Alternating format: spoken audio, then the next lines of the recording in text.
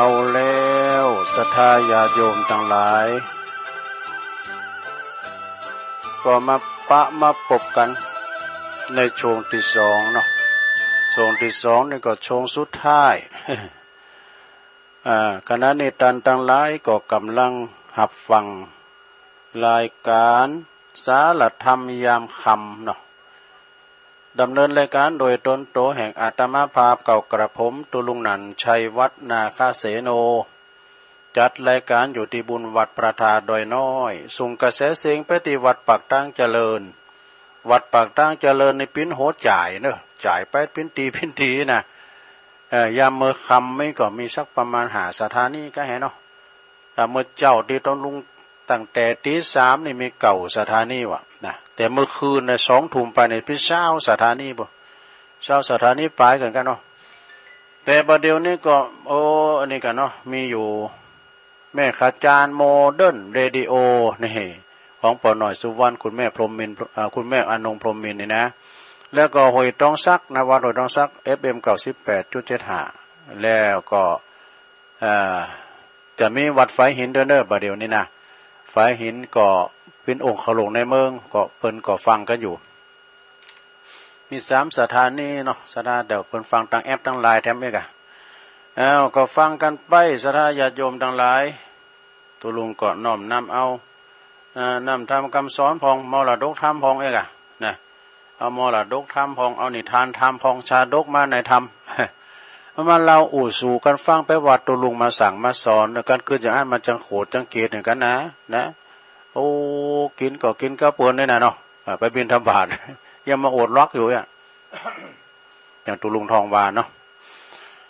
ฉะนั้นก็ตุลุงก็เอาข้าวสารงานบุญมากล่าวพองในฐานะที่ว่าจัดรายการแต่ก่อนนี้เพิ่นต้องไปที่สถานีเนาะไปจูสถานีเพิ่นปุ่นอย่างอาจารย์ท่านเจ้าคุณมหาศัพท์เขาเนี่ยนะเพิ่นต้องไปสถานีก็ว่าเดี๋ยวนี้มันจูตีเนาะเขาไม่ได้เสี่ยงการนำมันลดได้ต่อคนเข้ารถไปไหนนะมันจูตีก็เลยมันจัดนะศรัทธาญาติโยมก็ฟังกันไปกินข้าวไปพองก็กินแล้วเอาวันนี้มาวาทำกันเนาะรับรองบัตรตายง่ายแน่นอนว่ะยังอยู่เหือคนอื่นแค้นใจเนี่ยแปลว่าอยู่เหือคนอื่นแค้นใจกันไปเลยคาถายืนยงเนี่ยคาถายืนยงนี่ย้ำกันอีกครั้งนะครับให้ดูเปิดว่านะก็คาถายืนยงแต่ซะนะการกินการอยู่อย่างต่างๆเนี่ยนะวัฒนธรรมการกินเนี่ยก่อนนี่คุณเฮามันจะว่ามีโรคภัยไข้เจ็บหนักลองสะท้านเนาะเพิ่นกินของก่อนนี้จะมีแป้งหวานเนาะชูรสก่อนนี้เพิ่นก็กินแบบธรรมชาตินะเดี๋ยวนี้คุณเฮาก็โรคภัยไข้เจ็บแล้วก็พักไม่ใช่คือมันเป็นยุคเป็นยาพองเฮากินเข้าไปมันสะสมอยู่ในร่างกายเฮาเนี่ยมันก็เกิดเป็นโรคภัยไข้เจ็บต่างๆเนาะคาถาอายุยืนมีหยังพองหลายคาถาเหมือนกันข้อที่1นะเพิ่นว่าดื่มน้ำเป็นยาว่าตัวลุงนะวันๆในกินน้ำนะกินน้ำแต่นะมันเป็นไหนหมดนะกลายเป็นเห่อเป็นไข้บ่จ๊ะเนาะน้ำนี่เป็นละในลงถ้าเฮาอยู่คนเดียวนะเอาน้ำตู้เย็นมาแอมไว้ขี้ข้างไม่ใช่กินบึกนะจิบไปตัวน้อยนะสะดาน้ำนี่เป็นยานะสะดาลุงมาเมื่อเจ้าบอกว่ากินน้ำก่อนจะนอกก็สัก2 แก้วนะเพราะน้ำนี่มันจะไปสร้างขยายไปต่างๆเนาะสูบฉีดปิ้นเลิศเป็นอย่างเนาะครับของเสพองกายนะดื่มน้ำเป็นยาข้อที่1ข้อที่2กินปลาเป็นหลักกินปลาเป็นหลักแล้วก็ข้อที่3กินพักเกินครึ่งพักนี่ก็สำคัญนะสะอย่างว่านั้นอาจารย์พระครูกัลยาณปราโมทย์เขาในปนเรื่องกินเรื่องพักไม่ใช่คือเนี่ยมันเป็นยุคเป็นยาโมดเพราะว่ายุคยามก่อนนี่เป็นฉีดพ่นเดี๋ยวเป็นโฮดเอาใส่โบโฮดเต็มหมดก็เฮาก็เลิกกินแล้วเนาะสะดาเนาะเลิกกินเนาะของที่มันปลูกพักพืชสวนโคเฮากินพักเกินครึ่งกินไข่ฟอง1ว่าไข่ในเป็นฟองน่ะสะดานะกินไข่ฟอง1แล้วก็อย่าพึ่งกาแฟนะ กาแฟนี่ตุลุงฉันก็ฉันอยู่นะมาเจ้าก่อนจะเข้ารายการเนี่ยเอาใส่ในช่องในใส่แก้วช่องก็ให้อันนี้ฉันไปแล้วข้อที่6ว่ะสะท้าเปิ้นว่าคืออย่าแก่ของเค็มไปกินจิ้มลำไปในลงเด้อเผ็ดลำไปก็มันได้จิ้มลำไปก็มันได้จางเนี่ยเปิ้นว่าน่ะอย่าแก่เค็มของเค็มข้อที่7เหรอเปิ้นว่าอย่าเข้มของหวานของหวานนำเด้อมันทั้งลำเหมือนกันของหวานนี่ก็เนาะอย่างงั้นของหวานเนี่ยก็เป็นนักของหวานลำไปแล้วเปิ้นก็ว่าข้อที่8อย่าทานของทอดเนี่ยของทอดครับขวางล่ำไม่เนี่ยกล้วยทอดนี่ก็กันได้มาให้ถุงเนี่ยเขางกตะโหเนี่ยใส่นะเขาอุ่นนี่นะของง่ายไม่ต้องถามมาอันนั้นมันจะกินก็ตุลุงเนาะแล้วก็ข้อที่9สำคัญอย่ากอดแต่อย่ากอดแต่เหล้าเนี่ยเหล้านี่เปิ้นกินเป็นยาก็มีนะซะนะเหล้านี่นะให้ก็มีหันดีก็มีหันเด้อเปิ้นเอาปิญญาก็ดีนะก่อนนี่เปิ้นเอาตุบนะเอามากั้นแข้งกั้นขาแล้วก็หายเดซ่าเปิ้นว่านะกันฟ้าผ่ากานี่เหล้านี่นะไอ้เนี่ยอย่ากอดแต่เหล้าข้อที่10อย่าเฝ้าสูดควันนี่สูดควันก็กินดูดบุหรี่ก็ได้นะเนาะข้อที่11สุริยันวันทานี่ข้อที่12เริงล่าออกกำลังกายนี่ดีนักแลนะซะนะเด้อออกกำลังกายหรือว่าเฮาไม่ได้ไปไหนก็เที่ยวไปเที่ยวมาเนาะเที่ยวเวทวัดนี่ก็ออกกำลังขาข้อที่13นี่อย่ายืดเส้นเป็นนิดเนี่ยก็เที่ยวนะเนาะออกกำลังกายข้อที่14นะลงนะข้อที่14นี่ก็ลองข้อสุดท้ายแล้วสมาธิจิตประจำเนี่ยออกคือว่าออกกำลังสมาธิไปออกกำลังสมาธิสงบกะเนาะสงบสติหรือว่าสมาธิเป็นประจำ15สุดท้ายปฏิบัติสำคัญนะก็คือปล่อยวางมาลุงไว้ที่ปล่อยวางเนี่ยนะซะนะเนี่ยปล่อยวางเด้อนะปล่อยเฮาก็เบาหาเฮาก็นักปล่อยวางปฏิบัติได้ครบครันรับรองสุขสันต์ปลอดโรคนะจ๊ะเห็นแน่มีต่อเท่าหน่อยแล้วนะมีต่อเท่าหน่อยประมาณ 90% นี่นะลงประมาณ 90% การของการเกิดหัวใจล้มเหลวเนี่ยเพิ่นว่าจะเกิดขึ้นในช่วงไหนช่วงเจ้านะซะนะช่วงเจ้าแล้วก็สามารถลดได้ถ้าดื่มน้ำ1-2 แก้วเนี่ยทุกม่ามเจ้าก็กินน้ำพอในโลเด้อคุณแปลว่าดื่มน้ำในหือถูกเวลาสามารถทำให้ร่างกายเนี่ยมีประสิทธิภาพเนี่ยดื่มน้ำ1 แก้วตื่นนอนมาจวยหืออวัยวะต่างๆเริ่มทำงานแต่เนี่ยอวัยวะต่างๆเริ่มทำงานดื่มน้ำ1 แก้วนั้นลูกม่ามเจ้าลงเด้อแล้วก็ดื่มน้ำ1 แก้วตอนก่อนอาบน้ำช่วยลดความดันโลหิตนี่แล้วก็แก้วต่อไปนะเจ้านี่ดื่มน้ำก่อนอาบน้ำนะดื่ม1 แก้วก่อนอาบน้ำช่วยลดความดันของโลหิตก่อนนอนนี่เพราะว่าก่อนนอนใส่น้ำ3 ตองพระใจสมมาก่อนนอนน้ำ1 แก้วนี่ก่อนนอนเนี่ยเพราะว่าป้องกันหลอดเลือดสมองตีบนี่สำคัญนะลงเนี่ยป้องกันหลอดเลือดสมองตีบแล้วก็เพราะว่าตีบตันและหัวใจล้มเหลวนี่อันนี้นะอันนี้ก็เป็นข้อคิดของเจริญเนี่ยเจริญนะคุณเจริญส่งมาก็ขอบคุณตีเปิ้นได้ส่งมาเนาะข้อคิดต่างๆเจ้าเปิ้นเพิ่มมา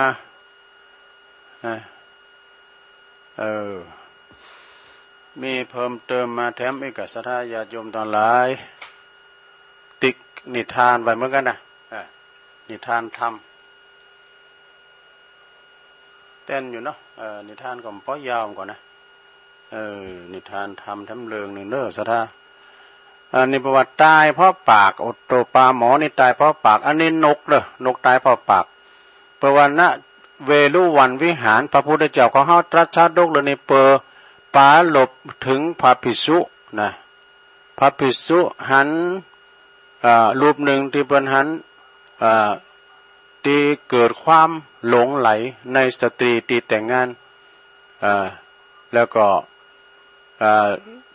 มีความว่าในอดีตเนอะสนะ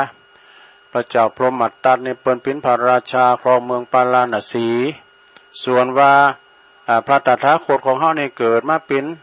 นกแขกเต่าโอ้นามว่าโปถะปาทะนี่อันนี้ตัวปีนะเพิ่นมีตัวน้องนามว่าราทะนี่มีสองตัวพี่น้องทั้งสองนั้นก็ได้รับการเลี้ยงดูจากพราหมณ์สองสามีภรรยากูหนึ่งเนอะเพิ่นเลี้ยงดูอย่างดีเหมือนกันนะแต่เวลาตีพราหมณ์ผู้เป็นสามีนั่นนะแต่ว่าเวลาว่าพราหมณ์ผู้พราหมณ์บ่มีบ่อยู่เนาะพราหมณ์คือโผบ่มอยู่มีภรรยาพราหมณ์นี่ก็ไปคบจู้ทั้งหมดนั่นไปคบจู่สู่ใจนกแขกเต่าลาทะอันนี้พี่น้องนะจึงนำความเนี่ยนะไปบอกพราหมณ์จะนำความไปบอกพราหมณ์อันที่เป็นปินนันสามิกาเนี่ยนะโอ้ปรากฏว่านกแขกเต่าตัวปีเป็นวัดเตือนว่านะน้องจะไปอูเนอร์นะอันตรายจะมาหาโตนะก็ไปเจอฟังว่าทำภายหลังมาเนี่ยถูก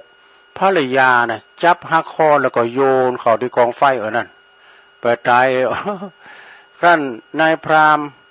กลับมาจากกล้าขายแล้วเนาะโผเป็นไปกล้าไปขายแล้วเมย์อยู่ทั้งหลังขบจู่ไว้กะแล้วก็นกแขกเต่าตัวนอกนั่นก็จะปล่อยเปิ้นมาเดี๋ยวจะบอกให้กะเลยโดนถูกขายก่อนแล้วก็โผเปิ้นปีกมาแล้วถามนกแขกเต่าโปถาปาทะปิ้นปีนะปิ้นปีของนกที่ตายน่ะว่าพราหมณ์เป็นเจนใดบองนะพราหมณ์ไม่ยิงเป็นเจนใดพองนกแขกเต่าผู้ปีนะก็เลยกล่าวว่าผู้อันผู้ที่มีศีลยอมบอกกล่าวถึงการกระทำของผู้อื่นแน่เพราะอาจจะนำภัยมาสู่ตนใดกล่าวจบแล้วนกแขกเต่าผู้เป็นปีนะก็เลยบินลาในพราหมณ์นั้นไปสู่ป่าดังเดิมนี่ในการละต่อมานกแขกเต่าราทะนั่นก็คือพระอานนท์ส่วนว่าโปถะปาทะนั่นก็คือองค์พระตถาคตเนอะขอคิดเลยในเปิ้นบอกไว้ว่าการกล่าวถึงผู้อื่นนะต่างเสียหายก็จะนำภัยพิบัติมาสู่ตนเองนั่นเองจบสระอันนี้ตายพอปากว่าเปิ้นว่าคุณเฮาในชอบเตยไปหันพฤติกรรมของคนอื่นเนาะคุณนั้นเปิ้นอย่าอ่านอย่าอี้นะเวลาเปิ้นไต่โซนเข่ามาถึงเฮาภัยมาถึงเฮาแล้วนะเปิ้นจะเยอะจะได้ก็แล้วแต่เปิ้นนี่เนาะมันจะเรื่องของเฮาถ้าว่าไปแล้วก็เหมือนกับนกตัวนอกน่ะนกราทะตายเพราะปากเพราะอันเจ้านายมากันเด้อชัดแจงบอกกันบ่ร้อยนางนายไม่ยิงก็เลยหักคอตายนะก็เลยจบลงไปศรัทธาญาติโยมทั้งหลายก็จะไปลืมเนอะในวันที่12เนอะศรัทธาญาติโยม12กับ19ก็ไปปะกันเนอะที่วัดศรีภูมิมาบันตาสุ่มปล่อยในเมตตาบารมีธรรมหลวงปู่ท่านครูบาท่านพระครูอุดมศิริทัตน์นะวัดเปิดงามเนอะลมเย็นดีแล้วก็วันที่19ก็ไปปะกันที่วัดพระบาทพระนอนม่อนจอมผอเนอะงานครูบาอายุวัฒนมงคลของครูบาเอาละศรัทธาญาติโยมต่อนนี้ไป ตักตังลายก็มีไปตักมานะก็เหมือนเดิมตัวลุงก็จะได้เปลี่ยนบรรยากาศเนาะศรัทธาญาติโยมได้อู่เอิญกันเข้ามาจะได้โทรกันเข้ามาทักทายแจ้งความแจ้งผลการหับฟังก้าอยู่ตั้งใดอยู่ตั้งเจียงแสนเจียงไฮเจียงแสนได้ก่อมถึงเวียงป่าเป่าองค์ขลุงในเมืองเห็นเนาะ จอเจ้าเนี่ยมี8 สาย เดี๋ยวนี้จะลองเปิดสายทำรอบ2ถ้ามีก็โทรก็เข้ามาที่เบอร์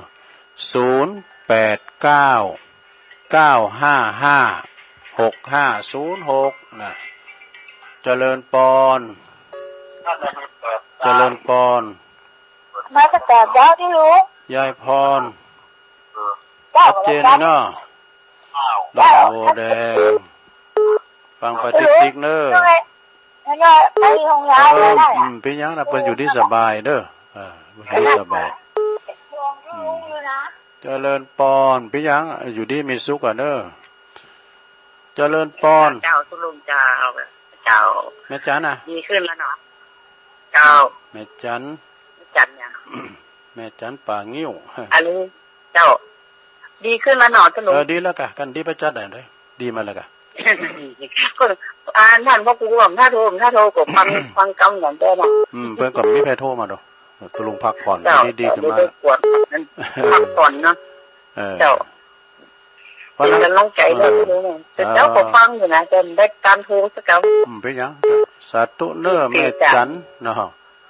แม่จันป่างิ้วปุ่นเนอวันที่19เนอปะกันที่วัดจอมผอเจริญปอนธรรมจักรรอบที่2ครับหลวงพ่อมานิดเนาะหลวงพ่อกฤษวัดกิจสิครับหลวงพ่อกฤษ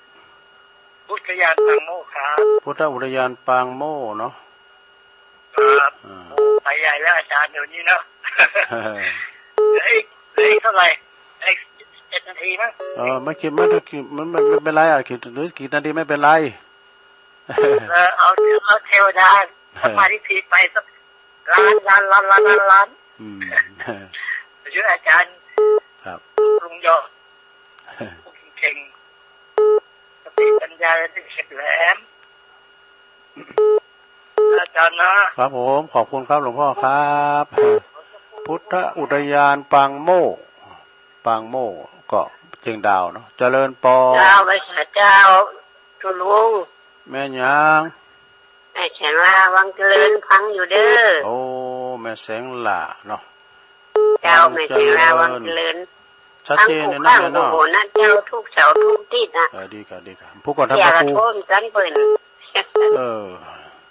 ผู้ก่อพระครูปนออกเข้ารายการยินดีแม่แสงลาวันนี้ทุลุงมาบ้านเพื่อกันท้าครับมาแหละได้วันนี้นะทุลุงได้ไปแล้วได้ไปท่านปอซ่อหาจุดนั่งเนาะเป็นอยู่เป็นจุดไงเป็นมีงานอย่างไหนฮะโอ้ผู้อะไรทุลุงผู้เรื่องคนละงานเนี่ยทุลุงเฝ้าวัดเอาเนี่ยยินดีแม่แสงลาเนอบุญรักษาเนอเจ้า0899555656เจริญปอนพระสัตเจ้าทุลุงเจ้าแม่อยู่ไหนอยู่บ้านปงหนองยังบ่เป้าเจ้าแม่นิดเจ้าปงน้องเนาะห้อนก็มันกันนะห้อนโมดห้อนขนาดนั้นเนาะฝนบ่ตกเลยนั่นน่ะกับฝนตกมากกว่ายังแควนนะเจ้าฝนบ่ตกเจ้ามันไปตกพินปียินดีนะแม่นิดเด้อเจ้าสาธุห้อนนิ่มว่ามันเนาะเจริญปอนเจ้าแก่ไว้สาเจ้าตุลุงไม่จุเกียศิลพรสิทธิ์ห้องละฝนนะฟังตุลุงอยู่นะเจ้าศิลาพรเนาะเจ้ากลับมาจ่านะทุลุงชัดเจนดีนะเจ้าชัดเจนดีเนาะเจ้าขอบคุณแม่สุกเกี่ยวหลายๆเด้อเจ้ากลับมาจ่าทุลุงสัตุ26 ปล่อยหลงที่วัดบันเวงเด้อที่กาดติดนะเจริญปอนเจ้ากลับมาจ่าเจ้าตุลุงเจ้าแม่เรนูบ้านน้องนนใจนะเจ้าสารปีเจ้าแม่เรนูเนาะเจ้าจำได้กับเจ้าร้องดอนใจเจ้าชัดเจนดีนะแม่เนาะเจ้าฟังฝ่ายหินนี่ชัดเจนดีเจ้าฝ่ายหินเปิดอยู่ด้วยกำลังส่งให้ทุลุงนะเจ้าขอบคุณแม่เรนูนะเจ้าจังเนาะกลับมาจ่าเจ้าโอ้พินวันในเมืองเปิดฟังอยู่เนอะฝ่ายหินเปิดอยู่เจริญปอนติดแล้วก็เอิ้นไปตั้ง พี่น้องศรัทธาต่างปุ่นด้วยเด้อต่าง ไม่ใช่ แม่หยังแม่หยัง ไม่น้อยตาโชค อ๋อแม่น้อยตาโถกเนาะ สบายดีแล้วบ่ โอ้สบายดีกะสิบปกติทำไม วันที่19ปากันเด้อวัดตุลุงดอยวัดตุ วัน ลุง ที่ ดอย 22 12ตุยอยู่นี่ไม่ครบ12 19 2วันอ่ะจ้ะโหลเจริญปอนเด้อสายต่อไปเจริญปอน เจ้าว่าสะเจ้าท่าน โอ้ไม่ลงป้านะ เจ้า แม่ลงปันปัญญาอันนี้เป็นอยู่ตาโตก เจ้าโอ้เมาไปห้านไปนี่มาได้ฟังท่าน70,000 ไม่เป็นหยัง ก็เลยนี่มาเปิดจับพอดี เดี๋ยวนี้ไปขายโคอยู่กะ ไปขายควาแต่ลูกบ่าวที่ฮอดอะเจ้าลูกบ่าวกดดีแม่จะนอกละ ดี เจ้า แล้วดีแล้ว เจ้าลองฝึกติวอยู่เนาะ ดีอ่ะดีอ่ะโอ้ดีแล้ว ดีแล้วเจ้าคนใดก็ว่าแก้วหลอดแฟ แต่แล้วเกิดใหม่นี่นะไม่เกี่ยวเราฝาดแท้ๆอยู่ที่ เจ้า สู้ คนใดก็ว่าอย่าท่านว่า เป็นกำลังใจให้เพิ่นด้วยเนาะ เจ้าแม่เจ้านี่เมาไปแกนฮอดนี่มาได้ฟังท่านเนาะ ไม่เป็นหยังก็ เจ้า ต้องทำมาหากิน ถ้า เนาะ แกไปแกะได้อย่างได้ก่อนก็กลับมาเหมือนเดิมท่านเนาะ มันก็เหมือนเดิมอ่ะเด้อ วันนั้นได้ไปหาท่านในแกโทรหาทุกชาติหนองเหี่ยว่าประทับไปเพิ่นมีว่าสันเมืองปุ้นนี่แหละ วันนั้นไปสันเมืองช่วยงานกับสันเมือง เจ้า ขอบคุณแม่ลงป้านเด้อ เจ้าวันใหม่กันนะท่านเนาะ วันตางกะ เจ้าไหว้สาเจ้านะท่าน ป้าปอลงสีมาปอลงบุญสีมาไม่ลงปั้นปอลงบุญสีปัญญาเจริญปอน เจ้าสาธุเจ้า แม่น้อมเนาะ สบายดีแล้วบ่ โอ้ว่าไปหลายรอบละแม่น้อมตาจาง ไทยยอมมาจับนักกะ น้ำหนักลดไปหน่อยนึง เจ้าสาธุเด้อ โอ้ยินดีแม่น้อมเด้อตาจางแม่น้อมสุภาวงศ์เจริญปอนเจริญปอน เจ้าสุลุงเจ้า แม่อยู่ตั้งใด แม่อ้อยอยู่บ้านวังมอตำบลต้นของชัยนี่เจ้า ไม่อ้อยวางหมอเนาะ แม่อ้อยวังมอเจ้า ฟังเจ้าแล้วนะแม่เนาะ ฟังเจ้าแต่เจ้าก็เลยฟังให้กำออกไปขายของ โอ้ผมเป็นแม่กาลูกกาแม่นไขมานเด้อ เห็นในก้าขนมจ้ะ โอ้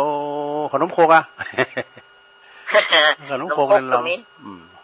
นมคกโบราณเดี๋ยวถ้าวันที่12ถ้าลุงมาจะเอาไปถวายเจ้า เอามาติเพนเนาะ เจ้า ขอบคุณแม่อ้อยนั่งเด้อวางหมอเนาะ เจ้าไว้สาเจ้าลุงโคร่างกายแข็งแรงในเจ้า ลำปางนี่มาแหงเนอะลำปางก็มาหลายแล้วก็เวียงเป่าตัวสายตะเฮามี2 สาย 3 สายเจริญปอนเวลาหลายอยู่เจริญปอน มาสการเจ้า เจริญปอนแม่อยู่ไหน เป็นคำนี้มันในสูงเจ้า แม่คำมีเนาะ เจ้าลุงสบายดีค่ะเจ้า บ้านแม่กุ้งไว้นะแม่เนาะ